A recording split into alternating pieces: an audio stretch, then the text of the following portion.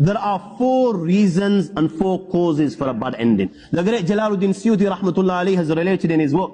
He says that the ulama write that in general, there are 4 reasons and 4 causes for a bad ending. And he mentions them. At-tahawun bis-salat, number 1. Number 2, shurbul khamar. Number 3, ukukul walidain. Number 4, idha'ul muslimeen. The first one he mentioned was at-takasul bis-salat. Laziness with regards to salah. You know, just being lazy, not neglecting, not missing. Having a lazy attitude towards prayer is something that will bring about a bad death. The next thing he mentioned, shurbul khamar, taking intoxicants. You know, we may not take intoxicants in the sense that many of us will not touch alcohol. We won't touch a glass of whiskey. Why? Because, you know, right from childhood, this has been instilled in our heart. Well, tell me, my young friends, who from amongst the youth today doesn't take a spliff? Who from the youth doesn't take a spliff? Balki spliff, my young friend, and they don't even consider this haram. Ukukul walidain, disrespecting mother and father. Today, all mothers and fathers are crying. Now, they don't even have control over children as young as 5. You know, as young as 5, they will turn around and look up at their mothers and fathers and say, "Hey, who are you to tell me to do this? Who are you?" They will answer back. The hadith which Hafiz al-Munziri has related in Targhib wa Tarhib on the authority of Awan ibn Hawshim comes to mind. He says, I went to a tribe, there was a tomb near this tribe, and after Asr, this grave opened.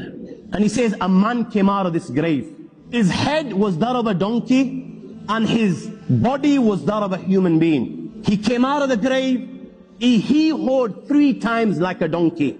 3 times he hee-hawed like a donkey, and after this he went back inside the grave, and the grave closed. He says, I asked the locals with regards to this individual, as to who he was and why Allah was punishing him in this manner. So he says that the locals informed me that this young individual, he would take alcohol, he would drink, he had the habit of drinking.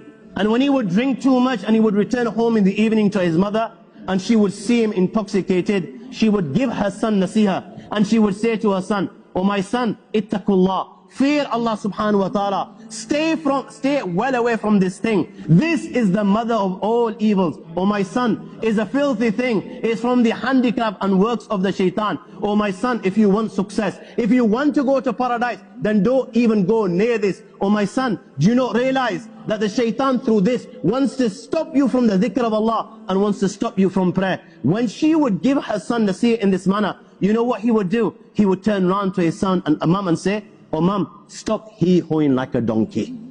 The last thing, idha'ul muslimeen, troubling the believers, in whichever form it may be, whether it's swearing at someone, whether it's bullying someone, irrespective of how you trouble a believer, whatever it may be, this is a cause for a bad death.